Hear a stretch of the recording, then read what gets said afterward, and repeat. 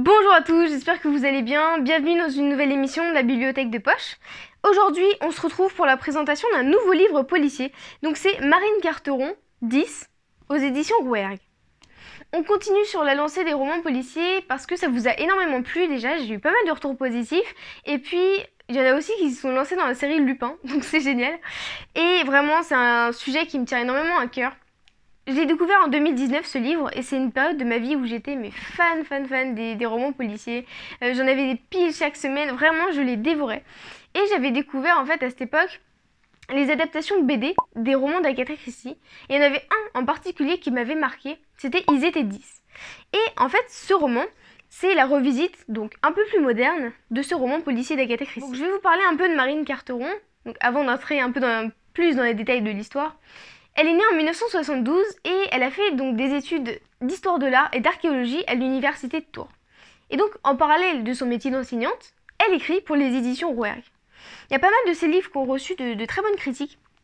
Et vraiment, elle a été énormément saluée parmi le monde des écrivains.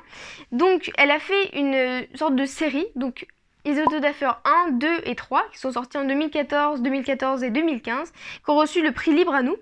Et elle a fait également donc, un roman qui s'appelle Génération K, qui a été élu meilleur roman jeunesse par la rédaction de Lire. Et en fait, donc ce roman 10, c'est un peu son premier roman noir, donc ce premier roman policier à thème assez obscur, qui a reçu aussi énormément de critiques positives, donc c'est pour ça aussi que je voulais vous en parler. Alors il y a vraiment deux éléments qui m'ont poussé à présenter ce livre et qui m'ont vraiment passionné. C'est d'abord le style d'écriture. Donc il faut savoir que c'est un roman qui est construit sur une polyphonie narrative. Qu'est-ce que la polyphonie narrative? C'est quand il y a plusieurs points de vue. C'est-à-dire qu'on va voir par exemple le point de vue, là justement il y a 3 adultes, 7 adolescents qui font partie de l'histoire, et on va avoir le point de vue de chacun. Et alors, à mon avis, dans une histoire donc de roman policier où il y a des meurtres, c'est quand même sympa d'avoir les avis de tout le monde et de savoir ce qui s'est un peu passé du côté des uns et des autres. Donc, c'est cette idée de style un peu journalistique, avec les points de vue de chacun. Aussi un style un peu journal intime, parce qu'on va voir par exemple samedi 30 mars, 14h30, et on a un peu une progression qui nous aide à suivre l'histoire, et qui nous plonge vraiment, on a l'impression qu'on est en train de regarder le journal intime de quelqu'un pour voir qui a été tué dans l'histoire, et c'est vraiment génial. Le deuxième élément, je dirais quand même que c'est le côté moderne. Donc il faut savoir que dans Ils étaient 10, c'est quelque chose qui a... comment dire, qui n'est pas dépassé. C'est jamais dépassé, mais quand même il y a des éléments qu'on aimerait retrouver et là ils sont là.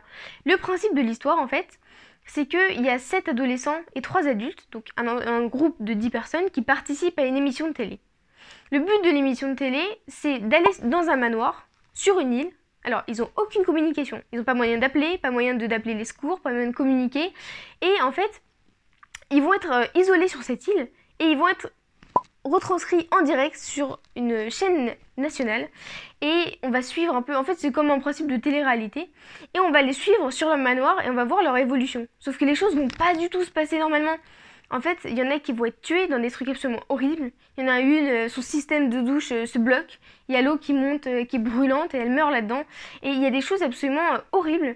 Mais en même temps, c'est un peu le principe du roman policier qui reste assez obscur quand même, mais qui est lisible, vous inquiétez pas. Et donc c'est ce côté assez moderne. On n'a pas, je sais pas, une bourgeoise qui est à l'hippodrome et qui se fait tuer par un gentleman. On n'est pas sur là, on est sur une télé-réalité qui tourne mal. Et je pense que c'est ce côté un peu moderne qui peut nous captiver. Donc voilà, j'espère que ça vous aura plu. Je vous conseille énormément donc déjà le style d'écriture et le côté moderne revisite d'un roman d'Agatha Christie, ça peut toujours être super sympa.